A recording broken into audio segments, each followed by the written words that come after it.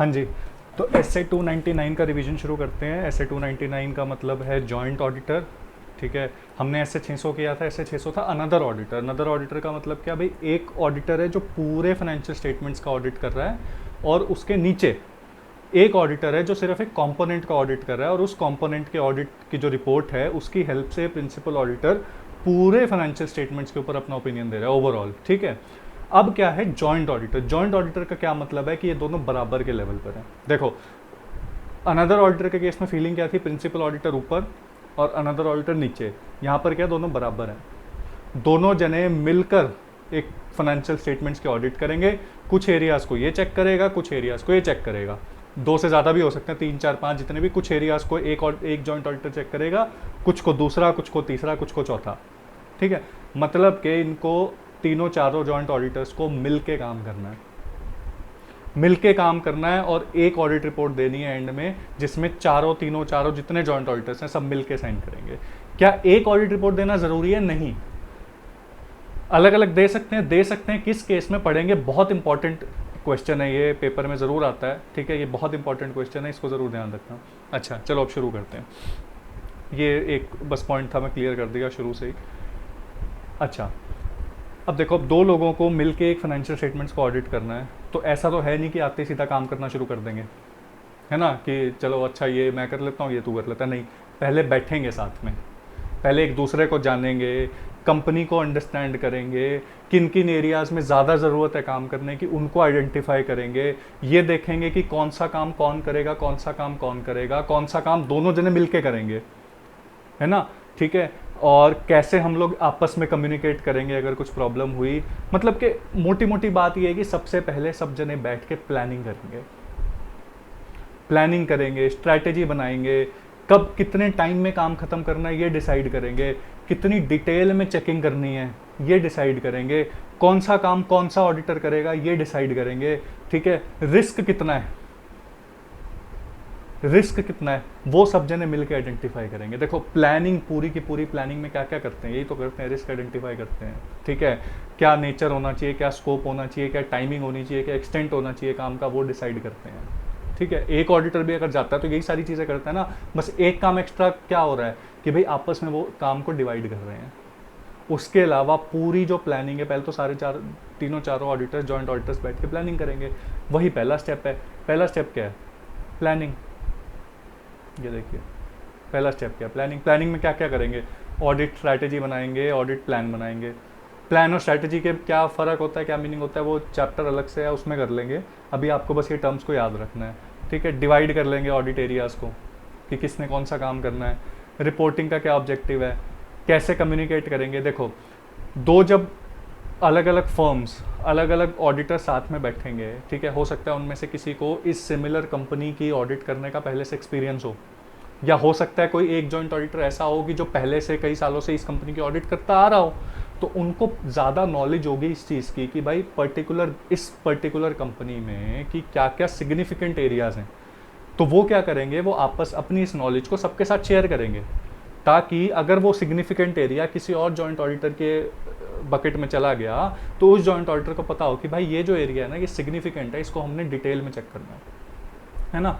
अच्छा, बाद में नेचर, टाइमिंग और एक्सटेंट डिसाइड करेंगे। देखो, रिस्क, पहले रिस्क डिसाइड करा, ये रहा लास्ट, रिस्क डिसाइड करा। रिस्क के बेस पे अब देखेंगे कि कितना हमको डिटेल चेकिंग करनी है, कितनी कम चेकिंग करनी है, कौन से एरियाज़ को डिटेल में करना है, कौन से एरियाज़ को उतना डिटेल में नहीं करना है। तो ये क्या मोटा मोटा प्लानिंग, क्या प्लानिंग करनी है, ऑडिट प्लान क्रिएट करना है, ऑडिट स्ट्रैटेजी क्रिएट करनी है, एरियाज़ को डिवाइड करना है, रिस्क को असेस करना है, उसके बेसिस पे एनटीई डिसाइड करने हैं, और आपस में कम्युनिकेशन करना है किस चीज़ का, सिग्निफिकेंट एरियाज़ का। और इन सारी बातों को डॉक्यूमेंट कर लेना है। जो काम डिवाइड करा, किसको कौन सा काम दिया, उसको डिवाइड कर, उसको डॉक्यूमेंट कर लिया। क्यों डॉक्यूमेंट कर लिया? ऑडिट रिपोर्ट दे दी, कल को कुछ गड़बड़ निकली तो पता तो होना चाहिए ना भाई ये काम किसने किया था। अच्छा सर, एक सवाल, आपने जो ये बात बोली ठीक है, अगर तीनों चारों जने मिल के काम कर रहे हैं तो क्या पूरी ऑडिट रिपोर्ट है उसकी रिस्पॉन्सिबिलिटी क्या तीनों चारों की नहीं होगी?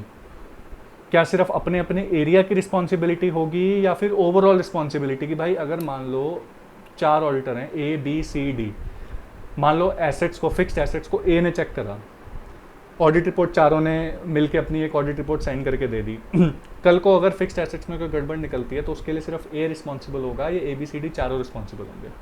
सिर्फ ए रिस्पॉन्सिबल होगा ना यार, जिसने काम किया सिर्फ वही रिस्पॉन्सिबल होगा, है ना। तो आप यहाँ देखो स्टेज 2 परफॉर्मेंस ऑफ वर्क, भाई जो काम डिवाइड हो गया उसके लिए तो इंडिविजुअल रिस्पॉन्सिबिलिटी है जॉइंट ऑडिटर की, और जो काम डिवाइड नहीं हुआ उसके लिए सबकी रिस्पॉन्सिबिलिटी है। मान लो उन्होंने कोई एरिया था, एस्टिमेट्स वाला एरिया था या प्रोविजंस वाला एरिया था, उन्होंने सोचा कि नहीं यार सारे जने मिलके ही करेंगे, ये तो सबका ओपिनियन लेंगे, किसी एक को नहीं दे रहे हम लोग, ये बहुत ज़्यादा रिस्की है, सब अपना अपना एक्सपर्टीज़ देंगे। तो अब अगर प्रोविजंस में कुछ गलती हुई तो उसके लिए सबके सब जॉइंटली और अलग अलग भी इंडिविजुअली भी सारे रिस्पॉन्सिबल है। जॉइंट एंड सेवरल रिस्पॉन्सिबिलिटी का क्या होता है, मिलके भी रिस्पॉन्सिबल है और अलग अलग भी रिस्पॉन्सिबल है, ठीक है। तो जॉइंटली एंड सेवरली रिस्पॉन्सिबल है। अच्छा, वो जो प्लानिंग करी थी इन्होंने, प्लानिंग तो सबने मिल बांट के करी थी।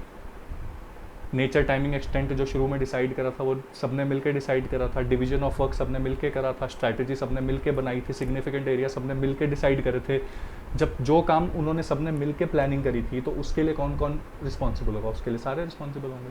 तो देखिए अगर आप स्टेज 1 प्लानिंग के ये सारे पॉइंट्स जो हैं इन सब के लिए वो जॉइंटली एंड सेवरली रिस्पॉन्सिबल हैं।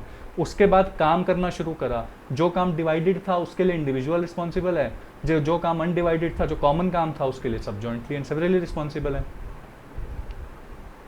ठीक है। अच्छा, काम परफॉर्म किया वर्क को, उसके बाद तीसरी बारी आई रिपोर्टिंग की। अब बात यह कि रिपोर्ट करना है ना। प्लानिंग करी, सारे रिस्पॉन्सिबल। वर्क परफॉर्म किया, जो काम डिवाइड हुआ था उसके लिए जॉइंटली, उसके लिए इंडिविजुअली रिस्पॉन्सिबल, जो काम डिवाइड नहीं हुआ था उसके लिए जॉइंटली एंड सेवरली रिस्पॉन्सिबल। अब बारी है रिपोर्टिंग करने की। अब ऑडिट रिपोर्ट जो होती है, अगर आप लोगों ने देखी हो तो ऑडिट रिपोर्ट में क्या होता है, एक तो पूरे फाइनेंशियल स्टेटमेंट्स होते हैं, उसके नीचे डिस्क्लोजर्स होते हैं, उसके बाद फिर ऑडिट रिपोर्ट होती है, या सीक्वेंस ऑडिट रिपोर्ट पहले फिर फाइनेंशियल स्टेटमेंट्स, जो भी सीक्वेंस है, मतलब ये 3 आइटम मेनली ऑडिट रिपोर्ट का पार्ट होते हैं, है ना।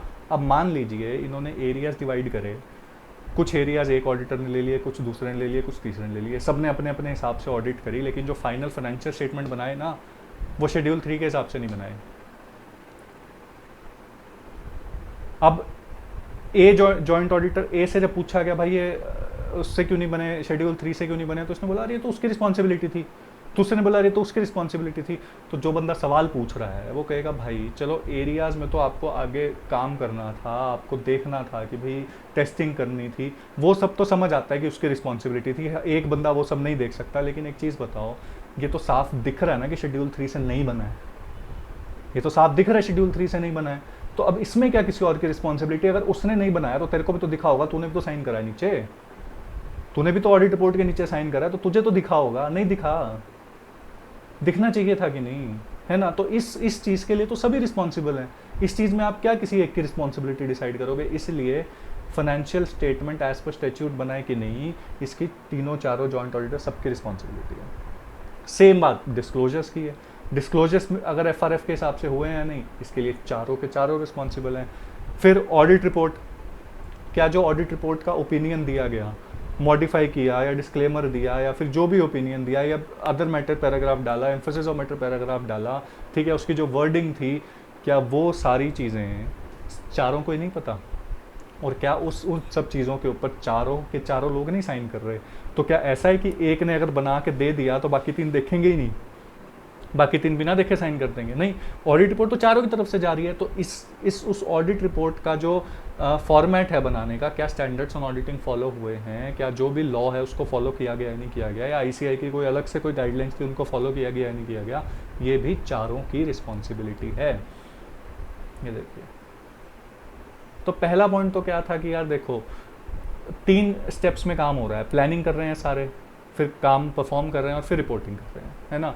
प्लानिंग के लिए अगर मैं रिस्पॉन्सिबिलिटी वाले एंगल से सोचूं तो प्लानिंग के लिए सारे रिस्पॉन्सिबल हैं। काम के लिए जो काम डिवाइड हुआ है उसके लिए इंडिविजुअली रिस्पॉन्सिबल, जो काम डिवाइड नहीं हुआ उसके लिए जॉइंटली एंड सेवरली रिस्पॉन्सिबल। फिर बारी है रिपोर्टिंग की। रिपोर्टिंग के फॉर्मेट की अगर बात करें तो financial statement as per statute बनी है नहीं बनी, सभी responsible. Disclosure as per FRF हुए हैं नहीं, सभी responsible. Audit report as per ऐसे स्टैट्यूट्स या ICAI के गाइडलाइंस है या नहीं, इसके लिए सभी रिस्पॉन्सिबल, ठीक है। अब बात ये है, अब अगला, ये तो थी रिस्पॉन्सिबिलिटी वाली लाइन कि कौन किस काम के लिए रिस्पॉन्सिबल है। अब बात है रिपोर्ट में ओपिनियन की बारी। देखो ऐसा हो सकता है ना, जब 4 लोग मिलके काम कर रहे हैं तो किसी पर्टिकुलर चीज़ पर एक बंदा तो बोले कि नहीं मैं अनमॉडिफाइड ओपिनियन दूंगा, दूसरा बंदा बोले जी नहीं मैं तो मॉडिफाइड ओपिनियन दूंगा। ऐसा भी हो सकता है कि 3 लोग बोले भाई हम अनमॉडिफाइड ओपिनियन देंगे, एक इकलौता बंदा बोल रहा है कि नहीं जी मैं तो मॉडिफाइड ओपिनियन दूंगा, या वाइसी वर्सी, अभी 3 बोल रहे हैं कि मॉडिफाइड देना है, एक बोल रहा है अनमॉडिफाइड देना है। तो क्या ये मजबूरी है चारों की कि चारों सेम ही ओपिनियन दें? क्या ये मजबूरी है चारों की कि चारों एक ही रिपोर्ट में सेम ओपिनियन दें? नहीं। अगर किसी जॉइंट ऑडिटर का ये मानना है कि मतलब उसका ओपिनियन दूसरों से अलग है तो वो अपनी सेपरेट ऑडिट रिपोर्ट दे सकता है। अगर भाई ओपिनियन सेम है तो कॉमन ऑडिट रिपोर्ट दे दो, अगर ओपिनियन डिफरेंट है तो पहली चीज़ तो मेजॉरिटी से बाउंड नहीं रहेगा। 3 बोल रहे हैं अनमॉडिफाइड, या अकेला बोल रहा है मॉडिफाइड, तो इसका मतलब ये नहीं कि इसको स्पिन माननी पड़ेगी ना। बोलते रहे 3, मैं अपनी अलग रिपोर्ट दे रहा हूँ, तो ये क्या करेगा, सेपरेट ऑडिट रिपोर्ट देगा। बस इसको ये ध्यान रखना है कि जब अपनी सेपरेट ऑडिट रिपोर्ट देना तो अपनी उस ऑडिट रिपोर्ट में ये रेफरेंस दे दे। क्या रेफरेंस दे दे? एक तो ये बता दे कि और ऑडिटर्स ने भी अपनी कोई सेपरेट ऑडिट रिपोर्ट इशू करी है, और साथ में ये बता दे कि ये जो हमारी थी ये जॉइंट ऑडिट रिपोर्ट जो बननी थी, मतलब एक और रिपोर्ट बनी हुई है जो मेजॉरिटी ऑफ ऑडिटर्स हैं उन्होंने बनाई है, ये रेफरेंस ज़रूर दे दे। समझ गए? और जो वो तीनों ने मिलकर एक ऑडिट रिपोर्ट बनाई उसमें वो ये रेफरेंस दे दे कि एक चौथा जॉइंट ऑडिटर भी था जिसने एक अदर रिपोर्ट बनाई है, सेपरेट रिपोर्ट बनाई है, क्योंकि उसका ओपिनियन अलग था। ठीक है, मतलब अपनी ऑडिट रिपोर्ट दे सकते हैं, बस अपनी ऑडिट रिपोर्ट में रेफरेंस दे दें। और रेफरेंस कहाँ पर देनी है? अदर मैटर्स पैराग्राफ में, ये लिखा हुआ है, इसको याद रख लेना। अगर ये नहीं दिख रहा तो मैं थोड़ा सा स्क्रॉल कर देता हूँ, ये देखो लास्ट में ये चार्ट्स आपको इस वीडियो के डिस्क्रिप्शन में लिंक होगा, उसमें मिल जाएंगे। पहली जो वीडियो थी 600 वाली उसके साथ भी लिंक था, उसी फोल्डर में ये भी है। ठीक, ये था मोटी मोटी बात, planning, performance of work, reporting. अब बारी कि कुछ चीज़ें जॉइंट ऑडिटर्स ना अज्यूम कर सकते हैं। देखो अब जो मैं पॉइंट बताने वाला हूँ ना, हो सकता है पेपर में ना आए, इसलिए इसको सबसे लास्ट में बता रहा हूँ, बट एक बार सुन लो, एक बार सुन लोगे तो याद रहेगा।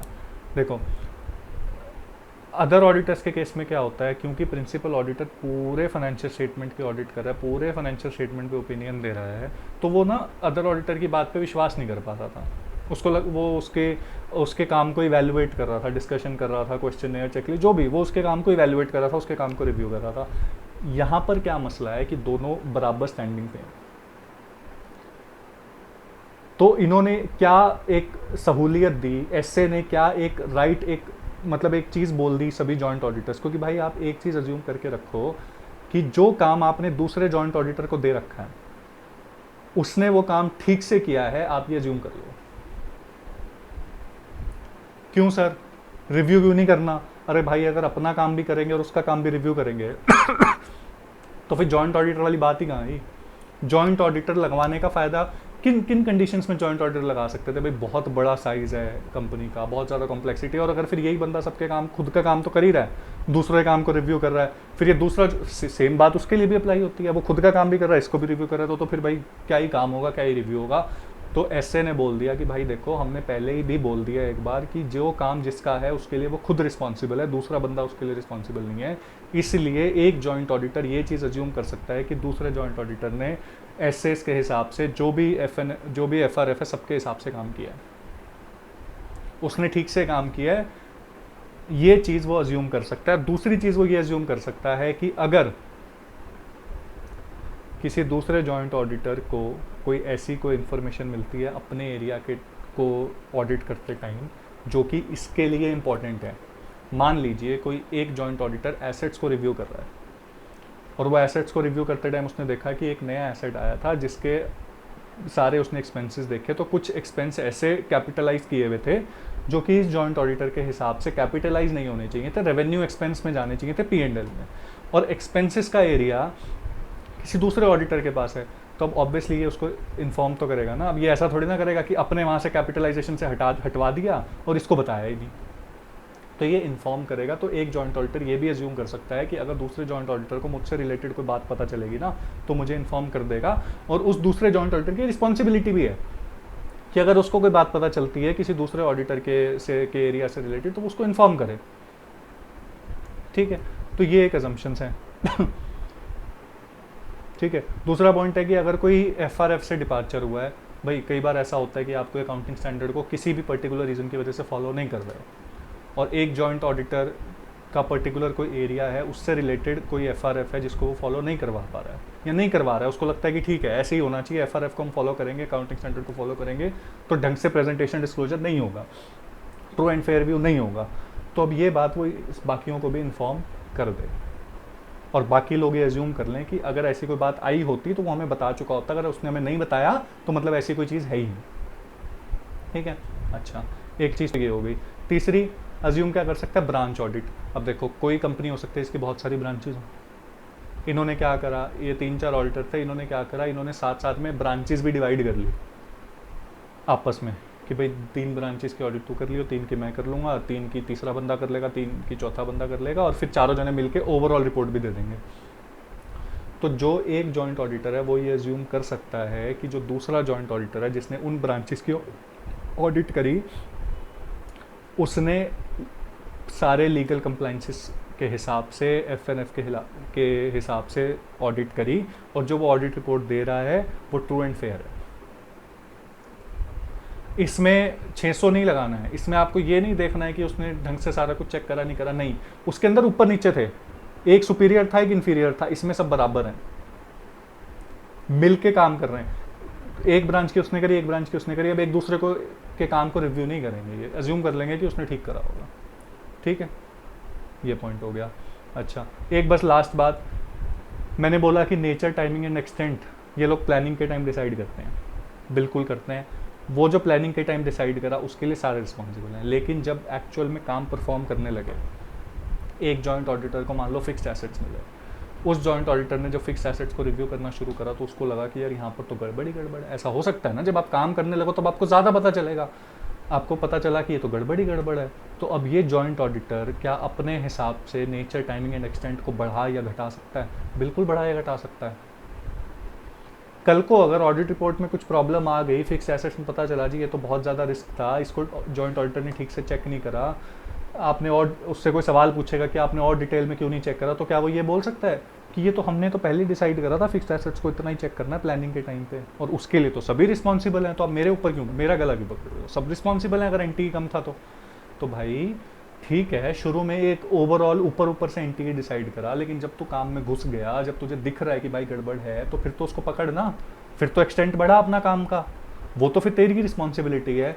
तो मतलब कि एनटी का प्लानिंग के टाइम पे जो एनटी डिसाइड हो रहा है उसके लिए जॉइंटली एंड सेवरली रिस्पॉन्सिबल है, बट उसके ड्यूरिंग वर्क अगर एनटी डिसाइड हो रहा है तो उसके लिए सब अपना इंडिविजुअली रिस्पॉन्सिबल हैं। ये था पूरा का पूरा एसे 299 रिस्पॉन्सिबिलिटीज ऑफ जॉइंट ऑडिटर। अब कंपनी ऑडिट के चैप्टर में ना कुछ पॉइंट्स हैं जॉइंट ऑडिट से रिलेटेड जिसमें उन्होंने एडवांटेजेस और डिसएडवांटेजेस बताई हैं, मतलब वो कैसा लिखा हुआ है कि जॉइंट ऑडिट के बारे में बताया हुआ है और फिर एडवांटेजेस, डिसएडवांटेजेस, और नीचे फिर ऐसे 299 पूरा का पूरा लिखा हुआ है ना। तो ऐसे 299 हमने कर लिया है। एक बार फटाफट एडवांटेजेस देख लीजिए। देखो जॉइंट दो लोग मिलके काम कर रहे हैं तो उसका फ़ायदा क्या है, दोनों अपने अपने लेवल में एक्सपर्ट होंगे, है ना, तो आपस में एक्सपर्टीज शेयर करेंगे और म्यूचुअल कंसल्टेशन करेंगे, तो एक बंदा अपना पास्ट एक्सपीरियंस के बारे में कुछ नई इन्फॉर्मेशन देगा तो वो एक नया पॉइंट ऑफ व्यू मिलेगा ऑडिट करने के लिए। तो ये पहले 2 पॉइंट के एक्सपर्टीज और म्यूचुअल कंसल्टेशन, देखो सिमिलर से इसलिए मैंने क्लब कर दिया। तीसरा, अगर दोनों के बीच में हेल्दी कंपटीशन होगा तो परफॉर्मेंस इंप्रूव करेगी। तो 2 पॉइंट कौन से हो गए, हेल्दी कंपटीशन और क्वालिटी इंप्रूव होगी परफॉर्मेंस की, ठीक है, और क्वालिटी अगर इंप्रूव होगी तो क्लाइंट को अच्छी सर्विस मिलेगी, है ना। उसके बाद तीसरी कैटेगरी क्या है, कॉस्ट की, कॉस्ट कम पड़ेगी। देखो अगर मान लो कि 2 ऑडिटर मिलके काम कर रहे हैं, अगर उस काम को एक ऑडिटर करता तो उसे और ज़्यादा लोगों को एम्प्लॉय करना पड़ता। अब हो सकता है एक ऑडिटर के पास उतना स्टाफ ना हो, अब वो नए लोगों को अपॉइंट करे, ऐसा तो करेगा नहीं कि भाई चलो ये एक ऑडिट है 6 महीने की, इसके बाद मैं तुमको निकाल दूंगा, ऐसा तो नहीं करेगा। और वो नए लोगों को अपॉइंट करेगा, उनको ट्रेनिंग देगा, उसमें उसका इतना ज़्यादा खर्चा होगा, 6 महीने की सैलरी देगा। उससे बढ़िया क्या है कि जिस कोई दूसरी फर्म को भी साथ में ले आओ, उनके पास 4 लोग इसके पास हैं, 4 लोग उसके पास हैं, 8 लोग की ज़रूरत थी, 8 जने मिलकर काम कर लेंगे, तो एक के लिए कॉस्ट नहीं बढ़ी, तो लोअर कॉस्ट, ठीक है। अच्छा, अब डिसएडवांटेजेस क्या हो सकती हैं भाई, दोनों बराबर स्टैंडिंग पे है ना, तो ईगो क्लैश होगा, सुपीरियॉरिटी कॉम्प्लेक्स आएगा, साइकोलॉजिकल प्रॉब्लम्स आएंगी आपस में, ठीक है। इस वजह से क्या होगी, कोऑर्डिनेशन की प्रॉब्लम होगी। जो काम डिवाइड कर दिया गया वो तो डिवाइड कर दिया गया, जो काम मिल के करना है, होता है ना बहुत बार हम लोग मिल के कोई प्रेजेंटेशन बनानी होती है कॉलेज में या स्कूल में, तो एंड में क्या हो रहा है, कोई एक ही आदमी काम कर रहा होता है, बाकी 3 जने तो बस क्या करते हैं, अपना अपना कुछ भी गूगल से कॉपी पेस्ट करके भेज देते हैं। सो उससे क्या होता है कि जो कॉमन काम था वो नेग्लेक्ट हो जाता है ना। तो कॉमन वर्क जो है वो नेग्लेक्ट हो गया, ठीक है। फीस की शेयरिंग होगी तो हो सकता है कि एक को कम मतलब फीस बट जाए आपस में, है ना, फीस तो बटेगी ऑब्वियसली, तो कम कम फीस का शेयर है, ठीक है जी। 5वां अनसर्टेनिटी ऑफ लाइबिलिटी, बेशक आपने सारी रिस्पॉन्सिबिलिटीज़ डिवाइड कर ली हैं, ठीक है, आपने काम डिवाइड कर लिया, बट बहुत सारे ऐसे एरियाज हैं जो कि कॉमन है ना। रिपोर्टिंग में मैंने 3-4 आइटम बताए थे कॉमन के, प्लानिंग के टाइम पे कॉमन बताए थे। इन चीज़ों में आप लाइबिलिटी डिसाइड नहीं कर सकते कि किसकी गलती थी, आप रिस्पॉन्सिबल नहीं बता सकते कि किसकी गलती थी, ठीक है। आपने तो लिख दिया जॉइंटली एंड सेवरली रिस्पॉन्सिबल, लिखना बहुत आसान है, लेकिन एंड में आप ऐसा आपको इवेलुएट करना उस चीज़ को बहुत ज़्यादा मुश्किल है, तो वो एक डिसएडवांटेज ज़रूर है जॉइंट ऑडिट के केस में, ठीक है। ये मेरे ख्याल से सफिशिएंट है आपके लिए, आप इसको पढ़ लीजिए। आपके सारे क्वेश्चंस मैंने ना इसी पीडीएफ में, ये जो आपको पीडीएफ मिलेगी ना ड्राइव पे, इसमें साथ में इस एसे से रिलेटेड जितने भी इंपॉर्टेंट क्वेश्चंस हैं ना, वो भी यहाँ पर डाल दिए आईसीआई के, और आंसर्स भी आईसीआई वाले ही हैं, आंसर्स भी आईसीआई वाले ही हैं, ठीक है। ये देख लीजिए, ये पूरा मैंने डाल दिया है, क्वेश्चंस हैं, ठीक है। 7 क्वेश्चंस हैं, आप लोग इनको देख लीजिएगा। पहला क्वेश्चन सीधा सीधा सा है, सॉरी हाँ, पहला क्वेश्चन सीधा सा है, दूसरा भी चार्ट में से हो जाएगा। बाकी ये 6, 5, 4, 3-4 MCQs हैं, हाँ, आपका सारे क्वेश्चंस हो जाएंगे। आपके लिए ये पीडीएफ सफिशिएंट है, आप इस पीडीएफ को रेफर कर ले। आपका एसए 299 और जॉइंट ऑडिट, जो कंपनी ऑडिट का जो चैप्टर है उसमें एक पोर्शन है, बहुत ही छोटा सा पोर्शन है, ये दोनों कवर हो गए। इसके अलावा आपको कुछ भी करने की ज़रूरत नहीं है। Thank you so much.